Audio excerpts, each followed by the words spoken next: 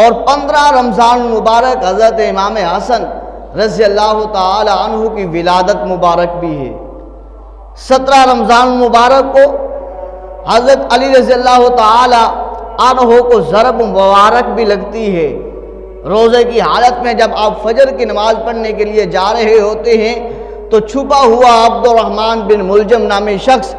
حضرت علی رضی اللہ تعالی عنہ کی ذات پر وار کرتا ہے، اور 17 رمضان مبارک کو ام المؤمنین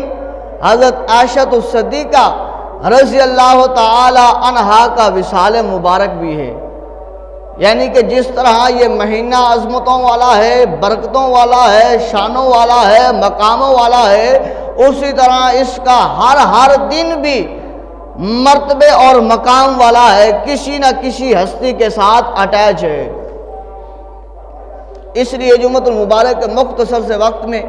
ہم ان ساری باتوں کو جو ہے کلوز کرتے ہوئے اور آپ احباب تک جو ہے وہ پہنچاتے ہوئے انشاءاللہ وقت کو مد نظر رکھتے ہوئے پورا کریں گے کہ پہلا کہ 17 رمضان مبارک کو دیکھیں کہ صحابہ اکرام نے سب کچھ چھوڑ کر آقا کریم صلی اللہ علیہ وآلہ وسلم کے قرب میں کفار کے ساتھ لڑنے کے لیے تیار ہو جاتے ہیں۔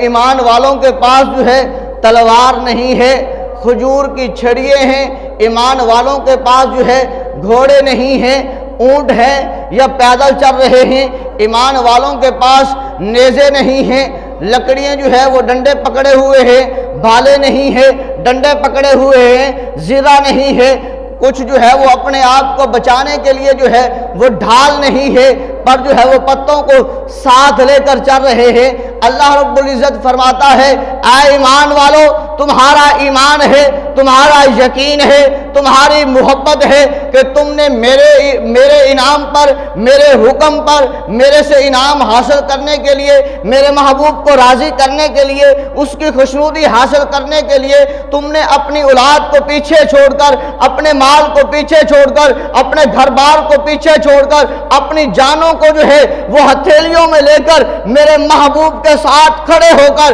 ایمان کی سر بلندی کے لیے جب میدان بدر میں آ گئے ہو تو پھر تمہیں جو ہے واپس جانے کے لیے جو ہے کسی اور کی ضرورت نہیں ہوگی، بلکہ میں خود خدا جو ہوں۔